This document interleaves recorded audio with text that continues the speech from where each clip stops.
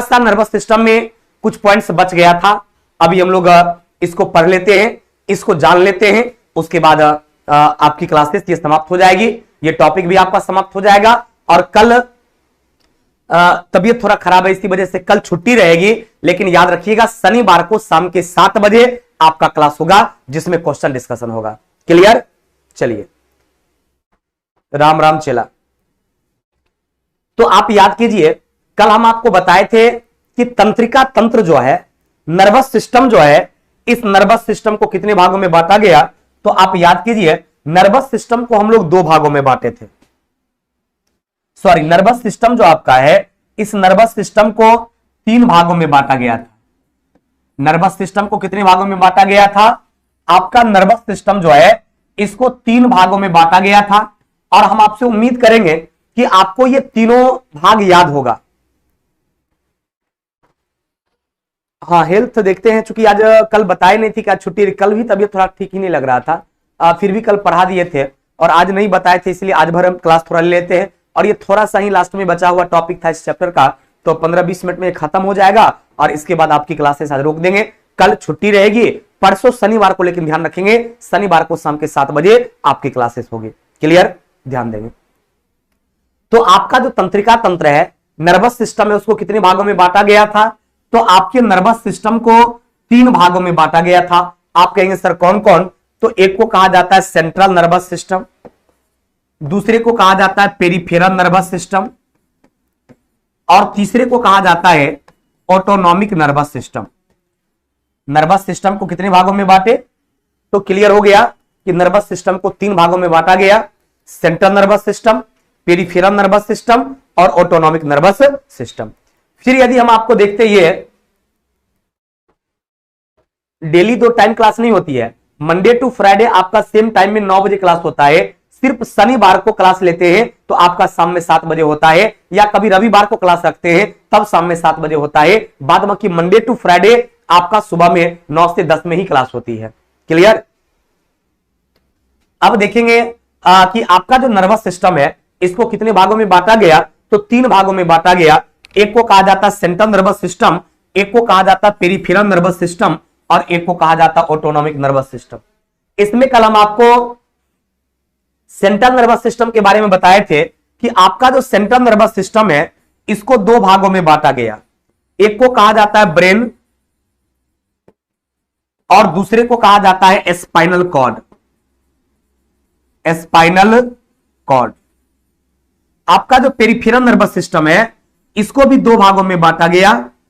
एक को कहा जाता है क्रेनियल नर्व और दूसरे को कहा जाता है spinal nerve. Autonomic nervous system को कितने भागों में बांटा गया? तो इसको भी 2 भागों में बांटा गया। पेरिफेरल नर्वस सिस्टम को भी 2 भागों में बांटा गया। तो पेरिफेरल नर्वस सिस्टम को जो 2 भागों में बांटा गया, उसमें एक को क्रेनियल नर्व कहा जाता है और दूसरे को क्या कहा जाता है? स्पाइनल नर्व कहा जाता है। और ऑटोनॉमिक नर्वस सिस्टम को भी 2 भागों में बांटा गया। एक को कहा जाता है सिंपैथेटिक और दूसरे को कहा जाता है पारासिम्पैथेटिक। पारासिम्पैथेटिक कितने भागों में बांटा गया? तो सेंट्रल नर्वस सिस्टम को भी 2 भागों में, पेरिफेरल नर्वस सिस्टम को भी 2 भागों में, ऑटोनॉमिक नर्वस सिस्टम को भी 2 भागों में, यानी सबको 2-2 भागों में डिवाइड किया गया, सबको 2-2 भागों में बांटा गया। जो हम आपसे उम्मीद करेंगे कि आपको यह याद भी हो गया होगा कि सेंट्रल नर्वस सिस्टम को भी 2 भागों में बांटा गया, एक ब्रेन और दूसरा स्पाइनल कॉर्ड, जिसके बारे में स्पाइनल कॉर्ड के बारे में भी और ब्रेन के बारे में भी आप पिछले क्लास में पढ़ चुके थे। अब यदि बात हम आपसे करते हैं पेरिफेरल नर्वस सिस्टम का, तो इसको भी 2 भागों में बांटा गया। एक को क्रेनियल नर्व कहा जाता है और दूसरे को स्पाइनल नर्व कहा जाता है। और ऑटोनॉमिक नर्वस सिस्टम को 2 भागों में बांटा गया। एक को सिंपैथेटिक और दूसरे को क्या कहा जाता है? पारासिम्पैथेटिक कहा जाता है। तो सबसे पहले हम लोग समझेंगे कि आपका जो पेरिफेरल नर्वस सिस्टम है, इस पेरिफेरल नर्वस सिस्टम का काम होता है कि पूरे बॉडी का जितना भी नर्व है, उस प्रत्येक नर्व को एक दूसरे से जोड़ना। और इसकी संख्या जो है पेरिफेरल नर्वस सिस्टम का, आपके पूरे बॉडी में कितना पेयर रहता है? तो 43 पेयर रहता है। पेरिफेरल नर्वस सिस्टम जो है, उसका काम होता है पूरे बॉडी के सारे नर्व को एक दूसरे से कनेक्ट करना। यानी कहिए ब्रेन और स्पाइनल कॉर्ड से निकलने वाला, क्रेनियल नर्व और स्पाइनल नर्व तक पहुंचने वाला जो सूचना होता है, जिसमें मिक्स्ड नर्व भी आप कह सकते हैं या उसको एसोसिएटिव नर्व भी कह सकते हैं। तो आपका जो पेरिफेरल नर्वस सिस्टम है, इसमें मिक्स्ड नर्व भी आता है, इसमें एसोसिएटिव नर्व भी आता है, जिसमें दोनों प्रकार के सूचनाओं का आदान प्रदान करने के लिए जो आपके बॉडी में नर्व है, चाहे वो मस्तिष्क की सूचना शरीर में ले जाए या शरीर की सूचना मस्तिष्क में ले जाए, इस तरह का दोनों टाइप का जो आपका क्रिया है सूचना आदान प्रदान का, वह नर्व किसमें पाया जाता है? पेरिफेरल नर्वस सिस्टम में पाया जाता है। और इसकी संख्या कितना जोड़ा होता है? तो इसकी संख्या 43 जोड़ा होता है, 43 पेयर्स होता है। लेकिन इस 43 जोड़ा में दो तरह का नर्व हो गया, एक को क्रेनियल नर्व कहा जाता है और दूसरे को क्या कहा जाता है? स्पाइनल नर्व कहा जाता है। लव यू कहने वाले सभी भाई लोगों को लव यू टू। थोड़ा बढ़िया से पढ़िए, आज तबीयत मेरी थोड़ी ठीक नहीं है। कल आपकी क्लासेस बंद रहेगी, कल शुक्रवार है, कल छुट्टी रहेगा। शनिवार को लेकिन शाम में 7 बजे आपका क्लास होगा। शनिवार के दिन शाम के 7 बजे आपकी क्लासेस होगी। क्लियर? अब ये 43 जोड़ा में क्रेनियल नर्व की संख्या अलग होता है और स्पाइनल नर्व की संख्या अलग होता है। तो आपका जो 12 पेयर होता है वो क्रेनियल नर्व होता है और आपका 31 जोड़ा जो है 31 पेयर जो है वो कौन सा होता है? स्पाइनल नर्व होता है। क्रेनियल नर्व की संख्या कितना होता है? 12 पेयर यानी 12 जोड़ा। और आपका स्पाइनल नर्व जो है इसकी संख्या कितना होता है? 31 जोड़ा होता है। अतः पेरिफेरल नर्वस सिस्टम जो है या 43 जोड़ा होता है, जो आपकी पूरी बॉडी में एसोसिएटिव नर्व जो होता है, मिक्स्ड नर्व जो होता है, उस सबको एक दूसरे से कनेक्ट करने का काम करता है। लास्ट आपका है ऑटोनॉमिक नर्वस सिस्टम। इसमें दो चीजें आती है, एक सिंपैथेटिक और दूसरा पैरासिम्पैथेटिक।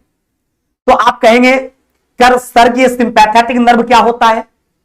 तो कभी कभी आप गौर करते होंगे, जब कोई आपातकालीन घटनाएं की स्थिति आपके बॉडी में आती है तो आपके रीढ़ की हड्डी के दोनों साइड से या कहीं आपकी रीढ़ की हड्डी पर एक एड्रिनल ग्लैंड पाया जाता है।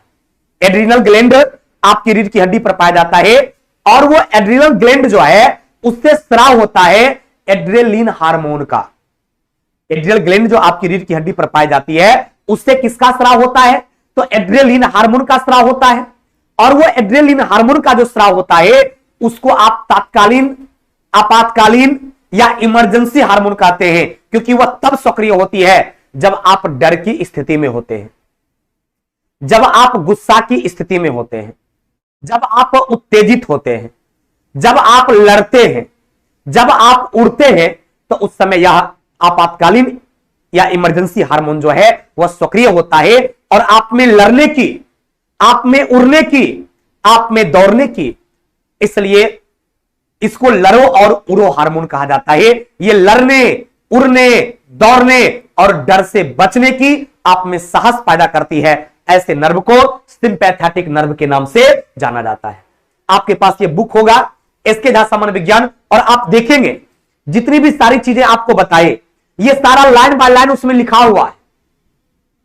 यदि आप ध्यान से सुने होंगे तो ये सारी बातें आपको याद होगा, और एक बार आप बुक जाकर पढ़कर देखिए, आपको लगेगा कि सारा चीज तो बिल्कुल आसान है।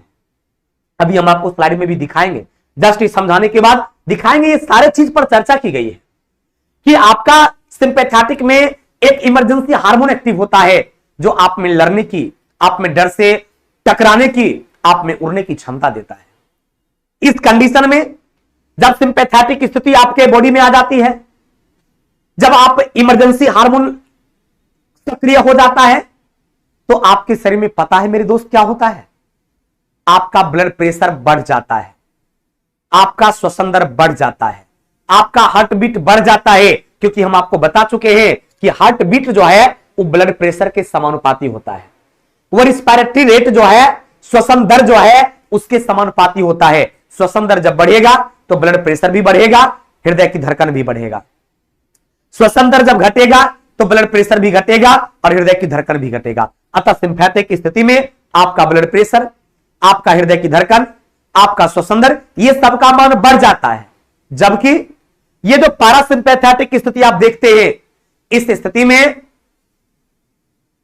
वो हार्मोन स्रावित होता है जो आपके बॉडी को नॉर्मल कर देता है, जो आपके बीपी को कम कर देता है, जो आपके हार्ट बीट को कम कर देता है, जो आपके श्वसन रेट को कम कर देता है, एकदम आपको नॉर्मल कर देगा। यह आपको सहानुभूति देती है जिससे आप एकदम नॉर्मल हो जाते। कभी कभी गौर कीजिएगा, जब कोई आपको जबरदस्त डांट देता है, तो जब वो आपको जबरदस्त डांट देता है तो उस कंडीशन में क्या होता है पता है? उस कंडीशन में मेरे दोस्त आप रोने लगते हैं, आप बेचैन हो जाते हैं, और जब आप रो लेते हैं आपकी बेचैनी खत्म हो जाती है, तो फिर आप रिलैक्स में आ जाते हैं। वही पैरासिम्पैथेटिक की स्थिति है। जब आप क्रोध में हैं, जब आप उत्तेजना में हैं, उसके बाद आप नॉर्मल हो जाते हैं, उस स्थिति को क्या कहा जाता है? पैरासिम्पैथेटिक कहा जाता है। इसके बारे में एक कंप्लीट थ्योरी जो अभी हम आपको समझाए वो एकदम लिखा हुआ है। क्लियर? एक्सरेक्टिव सिस्टम का वीडियो अपलोड नहीं हो। प्रिंस एक मिनट इधर देखो, लड़का का डेली का एक कमेंट है कि वीडियो अपलोड नहीं होता। बेटा देखो कौन चैप्टर का बोलता है, काहे बोलता है, किसी में छूट तो नहीं जाता है। सामने भी क्लास कर रहे थे उसमें बोल रहा था, देखो तो कौन बचा हुआ, क्या प्रॉब्लम। क्लियर हो गया? तो जितनी भी थ्योरी हम आपको अभी बताए, ये टोटल का टोटल थ्योरी जो अभी आप समझे, ये स्पष्टतया आपके जो है किताब में भी या आपके पीपीटी में इसकी चर्चा की गई है। और आप यहां देख रहे होंगे कि पेरिफेरल नर्वस सिस्टम के अंतर्गत क्या आता है। तो आपका जो पेरिफेरल नर्वस सिस्टम है, इसके अंतर्गत आता है आपका ब्रेन तथा स्पाइनल कॉर्ड से निकलने वाला, यानी आपके मस्तिष्क और आपके मेरुरज्जु से निकलने वाला, तथा क्रेनियल नर्व। यहां पर ब्रेन नहीं होगा और यहां पर स्पाइनल कॉर्ड नहीं होगा बाबू, यहां होगा क्रेनियल नर्व। क्रेनियल नर्व और स्पाइनल नर्व, स्पाइनल नर्व तक पहुंचने वाला जो हार्मोन है, उस हार्मोन को क्या कहा जाता है? उस नर्व को क्या कहा जाता है?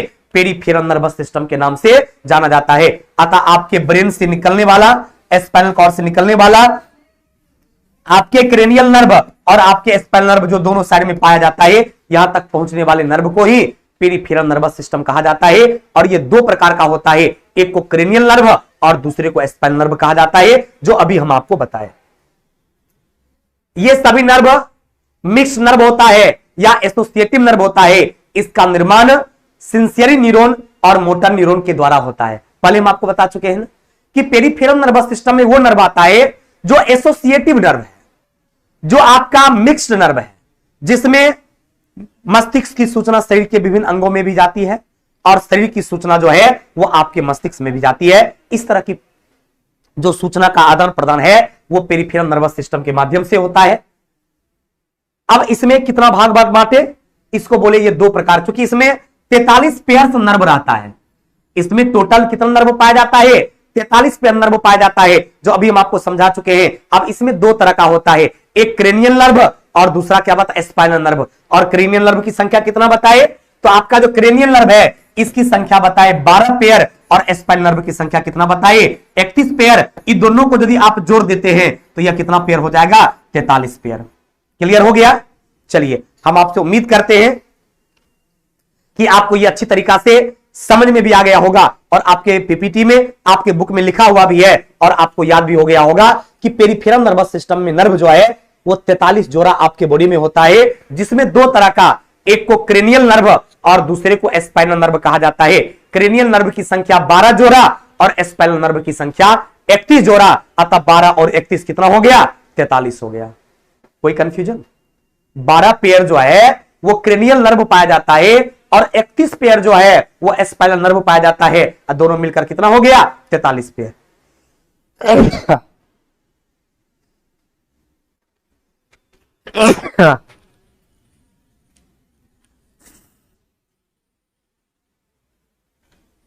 दोनों मिलाकर बाबू कितना हो गया?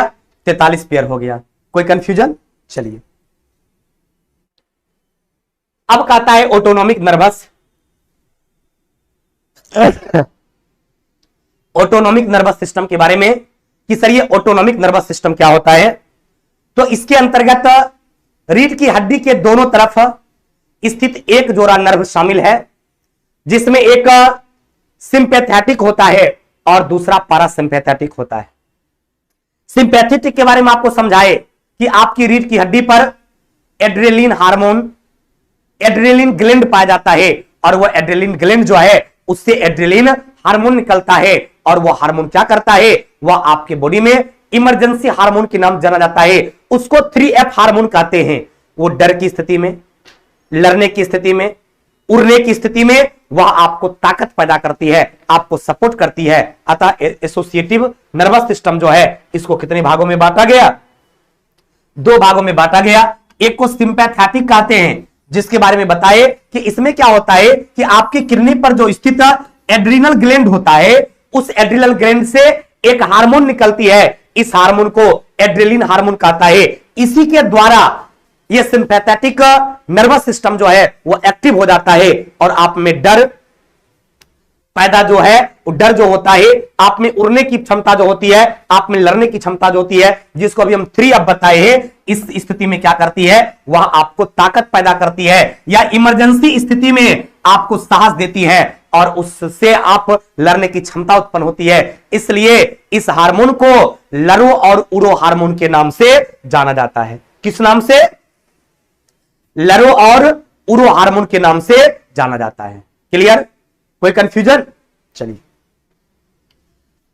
इस हार्मोन के स्रावित होने पर आपका हार्ट बीट पहले समझा चुके हैं कि आपका हृदय की धड़कन, आपका ब्लड प्रेशर, आपका श्वसन रेट, रेस्पिरेटिव रेट, ये सारा का मान बढ़ जाता है। क्यों बढ़ जाता है? क्योंकि ये सारा का मान बढ़ने का कारण है कि जब आप तनाव की स्थिति में होते हैं, जब आप क्रोध की स्थिति में होते हैं, जब आपको डर लगता है, जब आप में उत्तेजना होती है, तो इन सारी स्थिति में श्वसन रेट भी बढ़ जाता है, इन सारी स्थिति में हृदय की धड़कन भी बढ़ जाती है, इन सारी स्थिति में ब्लड प्रेशर भी बढ़ जाता है और आपको विभिन्न प्रकार की परेशानियां होती है।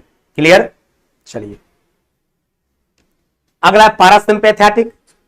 तो जब आपातकाल की स्थिति से आप गुजर जाते हैं तो आपके सिर और गर्दन के नीचे सैक्रल क्षेत्र पाया जाता है, जहां से कुछ हार्मोन निकलता है और वो आपके ब्लड प्रेशर को, आपके रिस्पिरेटरी रेट को, आपके हृदय की धड़कन को एकदम नॉर्मल कर देती है, एकदम स्थिर कर देती है और आपको सहानुभूति देती है और आप एकदम नॉर्मल हो जाते हैं। आपकी गुस्सा, आपका डर, आपका क्रोध, आपकी उत्तेजना, यह सारा समाप्त हो जाता है और ऐसी स्थिति में ब्लड प्रेशर भी कम होगा, हीमोग्लोबिन भी कम होगा, हार्ट बीट भी कम होगा, रिस्पिरेटरी रेट भी कम होगा, सबका मन क्या हो जाता है? आपके बॉडी में बिल्कुल कम हो जाता है। इस स्थिति को आपने क्या कहा? पैरासिम्पैथेटिक स्थिति कहा। कोई कंफ्यूजन किसी बाबू लोगों को? नहीं ना? चलिए, क्लियर हो गया कि सिंपैथेटिक स्थिति में क्या होता है? आपको जब बहुत ज्यादा डर लगता है, जब आप उत्तेजित हो जाते हैं, गुस्सा आता है, तो उस समय वो हार्मोन स्रावित होता है और आप में उस गुस्सा से लड़ने के लिए, उस डर को खत्म करने के लिए, उड़ने के लिए आप में एक इमरजेंसी हार्मोन निकलती है जो आपको गुस्सा से, आपको डर से, आपको उड़ने में आपको साहस पैदा करती है। वो सिंपैथेटिक था। क्वेश्चन परीक्षा में पूछता है कि सिंपैथेटिक स्थिति में ब्लड प्रेशर पर क्या प्रभाव पड़ता है, तो ये सारी चीज बता चुके हैं कि सिंपैथेटिक स्थिति में ब्लड प्रेशर का मान बढ़ जाता है, हार्ट बीट भी बढ़ जाता है, रिस्पिरेटरी रेट भी बढ़ जाता है। लेकिन जब पैरासिम्पैथेटिक की बात बोलेंगे, एकदम सब नॉर्मल चीज है, एकदम क्लियर हो गया है। यदि पैरासिम्पैथेटिक की बात करेंगे तो हार्ट बीट भी घटेगा, ब्लड प्रेशर भी घटेगा और श्वसन दर भी क्या होगा? कम हो जाएगा। क्लियर? इन सिंपैथेटिक का अपोजिट होता है पैरासिम्पैथेटिक। अब एक है ईईजी, इलेक्ट्रोइंसेफेलोग्राफी। यह एक परीक्षण की विधि है। इसके माध्यम से क्या होता है? आपके ब्रेन का, आपके मस्तिष्क के पोटेंशियल का पता चलता है। ईईजी जो है यह एक परीक्षण की विधि होता है जिसके वजह से आपके शरीर में क्या होता है? आपके मस्तिष्क का पोटेंशियल पता चलता है। और एईएस जो होता है, एक्यूट इंसेफेलाइटिस सिंड्रोम जो होता है, यह एक प्रकार की बीमारी है। एईएस जो है यह एक प्रकार की बीमारी होता है जो 5 साल से कम उम्र के बच्चों में यह होने वाला एक बीमारी है। उस 5 साल से कम उम्र के बच्चों में क्या हो जाता है? एक तीव्र बुखार आती है जिसको आप ब्रेन फीवर कहते हैं। ब्रेन फीवर आ जाता है और वो बच्चे सुस्त हो जाते हैं, प्रॉपर वे में उसकी मस्तिष्क काम नहीं कर पाती है। इस बीमारी को क्या कहा जाता है? एईएस के नाम से जाना जाता है। क्लियर हो गया? इस एक्टिविटी होने से आपका हार्ट बीट क्या होगा? कम हो जाएगा, रिस्पिरेटरी रेट क्या होगा? कम हो जाएगा, श्वसन दर क्या होगा? कम हो जाएगा, ब्लड प्रेशर क्या होगा? कम हो जाएगा। यानी ऐसी स्थिति में जब एईएस किसी बच्चे में आ जाता है तो सारे चीज का मन एकदम डाउन हो जाता है। यानी वो समझिए वह बच्चा क्या हो जाता है? एकदम नॉर्मल जैसा हो जाता है और किसी काम के लायक नहीं बचता है। अगला है आपका एईएस, बताइए दिए, और पीछे हो गया था क्या? अब ये क्या है? ईसीजी है, इलेक्ट्रोकार्डियोग्राम है। इससे क्या पता चलता है? आपके हार्ट बीट का पता चलता है, हृदय की धड़कन का पता चलता है, हृदय के क्या बोलते हैं वाइब्रेशन का पता चलता है, और मस्तिष्क के ट्यूमर का भी पता चलता है। इसको ईसीजी के नाम से जाना जाता है। स्पष्ट लिखा होगा इलेक्ट्रोकार्डियोग्राम जो है इसका उपयोग हृदय की गतिविधि का पता लगाने के लिए। तुरंत अभी बताइए इलेक्ट्रोकार्डियोग्राम के बारे में कि आपके हृदय की गति का पता लगाने किया जाता है। आपका सिनेप्स जो है दो न्यूरॉन के बीच का स्थान होता है। ये तो पहले समझा चुके हैं कि दो न्यूरॉन को जो जोड़कर रखता है उसको सिनेप्स कहा जाता है, और उसके अंदर जो लिक्विड भरा रहता है उसको न्यूरोट्रांसमीटर के नाम से जाना जाता है।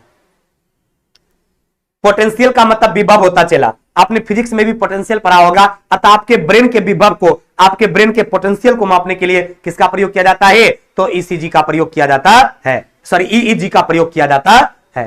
क्लियर हो गया? चलिए अब यदि ये किसका फिगर है आप लोग समझ रहे होंगे, ये आपके न्यूरॉन का फिगर है।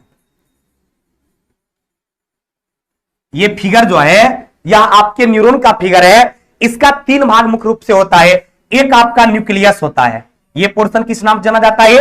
ये आपका न्यूक्लियस है। और न्यूक्लियस के बाद देखते होंगे इसके कई ब्रांच हो जाते हैं, इसको कई ब्रांच में इसको बांटा जाता है, अतः इसको डेंड्राइट्स कहा जाता है।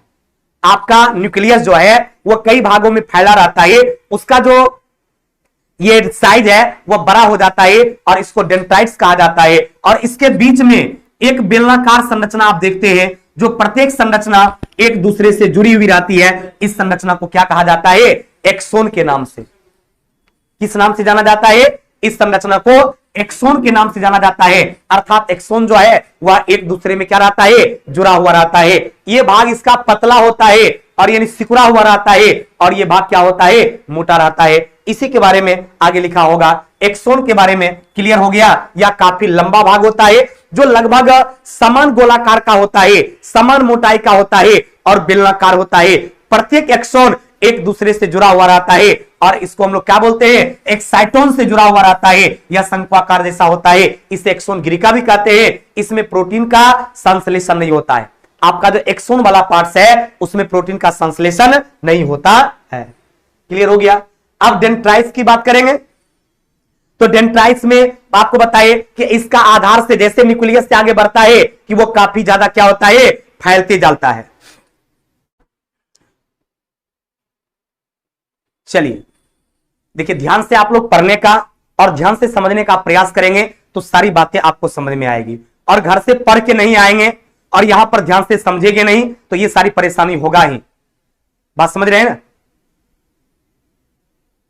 हजारों बच्चे पढ़ रहे हैं, 10,000 के अप्रॉक्स बच्चा पढ़ता है, किसी को कोई परेशानी नहीं है। लेकिन 2% जो चुतिया लड़का होता है, जो साफ समझिए बकवास लड़का है, जिसको पढ़ाई लिखाई से कोई मतलब नहीं है, जो किसी कोचिंग वाले के द्वारा एडमिशन करवा दिया गया है, उसको जीवन में नौकरी नहीं करना है, वो लड़के 2% आते हैं और सारे बच्चों की पढ़ाई को बर्बाद कर देते हैं। अतः रिक्वेस्ट होगा आप लोगों से कि वैसे बच्चे कमेंट ना करें जिनको समझ में नहीं आती है। नहीं समझ में आती है तो टीचर का दुनिया में कमी चलाने हैं। किसी से भी तुम पढ़ सकते हो, किसी और से जब पढ़कर देखोगे और कुछ नहीं समझ में आएगा तब आपको पता चलेगा नहीं मेरी पढ़ाई और उनकी पढ़ाई में क्या है? डिफरेंस है। एकदम नॉर्मल सा ये टॉपिक है। थैंक यू, बहुत बहुत धन्यवाद। और देखिए मैक्सिमम यानी हजारों बच्चे आसानी से इस चीज को समझ पा रहे हैं। टेस्ट होगा सर जी, ऑनलाइन टेस्ट चल रही है, ऑनलाइन टेस्ट आप दे सकते हैं। और एकाध दो है बीच में कीड़ा जो कुछ लिख देता है, नहीं समझ में आया, नहीं समझ में आया, ये दो ऐसा रहता है चला, तो इसके लिए बहुत टेंशन लेने की बात नहीं है।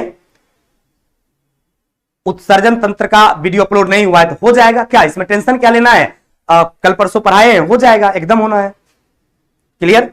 ध्यान देंगे। तो डेंड्राइट्स के बारे में आपको क्या बताइए कि न्यूक्लियस जो न्यूरॉन का होता है उसके बाहर वो धीरे धीरे क्या होता है? फैलते जाता है, फैलते जाता है, फैलते जाता है और उसके फैलने से क्या हो जाता है? वह एक बड़ा रूप धारण कर लेता है। अतः उसका भाग क्या होता है? मोटा भी होता है और परंतु सिरों की ओर क्या होता है? पतला। यानी एक साइड मोटा रहता है और उसके सिर की ओर क्या रहता है? वो पतला भी होता है। अतः कोशिका पिंड के निकट से ही वह अत्यधिक क्या हो जाता है? न्यूक्लियस के पास से अत्यधिक शाखान्वित हो जाता है, यानी झाड़ूनुमा जैसा हो जाता है। इसी को क्या कहा जाता है? डेंड्राइट्स कहा जाता है। अतः आप डेंड्राइट्स भी समझ गए और आप एक्सोन भी समझ गए। अब देखिए कभी कभी आप छींक जब आएगा तो आप गौर करते हो, अभी भी छींक आया था थोड़ा देर पहले हमको, तो जैसे आपको छींक आता है तो आप अपनी आंखें क्या करते हैं? बंद कर लेते हैं। आदित्य कुमार, अदिति कुमारी, सर जी आप बहुत अच्छा पढ़ाते हैं, thank you very much. Indrajeet, love you too, love you too, love you too मेरे भाई, आपको बहुत बहुत धन्यवाद। एकदम इसी तरह से आप लोग मजे से आराम से पढ़ते रहिए, आराम से समझते रहिए। वो 1% विद्यार्थी ऐसा होगा, उसके लिए टेंशन लेने की एकदम आवश्यकता नहीं है। क्लियर हो गई? अब यदि खुले आंख के साथ छींक संभव नहीं है, ये तो आप बिल्कुल जानते हैं, क्योंकि जब भी आपको छींक लगेगी तो आप जो है आंख बंद ऑटोमेटिक हो जाता है। स्त्रियों की अपेक्षा पुरुष जो है वो अधिक बारीक पढ़ सकता है। एक स्त्री को कोई चीज पढ़ने दे दो और एक पुरुष को कोई चीज पढ़ने दे दो तो तुम देखेगा पुरुष जो है अधिक बारीक भी पढ़ सकता है, लेकिन स्त्रियां अधिक बारीक नहीं पढ़ सकती है। सार्क का कॉर्निया जो होता है मानव के समान होता है, अतः यदि मानव के कॉर्निया में कोई प्रॉब्लम हो जाए तो सर्जरी के माध्यम से सार्क के कॉर्निया को भी क्या कर सकता है, लगाया जा सकता है। तो इसी चंद उसके बाद नाक की बात करेंगे तो यह एक महत्व संवेदना द्वारा ग्रहण करता है। हमारी नाक क्या करता है, ये किसी चीज की गंध को पता करता है। इसमें क्या होती है, किसी चीज की महक जो है उसकी संवेदनाएं होती है। और आपकी नाक की गुहा जो होता है इसके आंतरिक पार्ट्स पर श्लेष्मा झिल्ली पाया जाता है। कौन झिल्ली पाया जाता है बाबू रे? श्लेष्मा झिल्ली पाई जाती है और इसी से आपको विभिन्न प्रकार के महक का पता चलता है। बायोलॉजी के बाप हम हैं। Thank you very much. अगला त्वचा, यह क्या है, एक स्पर्शी संवेदनशील होता है। कोई आपके त्वचा में टच करता है तुरंत आपको पता चल जाता है। पूरे बॉडी के किसी भी अंग में कोई आपसे संपर्क करता है तो तुरंत आपके नर्वस सिस्टम क्या करता है, आपके ब्रेन को यह सूचना देती है कि आपके बॉडी में, आपकी त्वचा में कोई संपर्क किया। अतः स्पर्श इंद्रिय में आपकी त्वचा का नाम आता है, जो अंतिम छोर पर स्पर्श संवेदना जो है वह मस्तिष्क तक क्या करती है, पहुंचाने का। जैसे कोई आपको सट गया, कोई आपका बाल खींच लिया, कोई आपको छुट्टी काट लिया, तुरंत आपके मस्तिष्क को पता चलता है कि वह व्यक्ति आपको स्पर्श कर लिया। अतः इसको क्या कहा जाता है, त्वचा के नाम से जाना जाता है। अतः मेरे भाई मेरे दोस्त, आज ये टॉपिक जो आप पढ़ रहे थे तंत्रिका तंत्र, नर्वस सिस्टम, ये समाप्त होता है। अब कल शुक्रवार है, कल आपकी क्लासेस बंद रहेगी, लेकिन शनिवार को आपका क्लास होगा, शनिवार को शाम के 7 बजे। कल आपकी क्लासेस बंद रहेगी, शनिवार को शाम के 7 बजे आपका क्लासेस होगा। और क्या होगा, तो शनिवार को 7 बजे जो टॉपिक आपका खत्म हुआ है इसका क्वेश्चन डिस्कशन होगा। अतः आप सभी लोग शनिवार शाम के 7 बजे सादर आमंत्रित हैं। Thank you very much.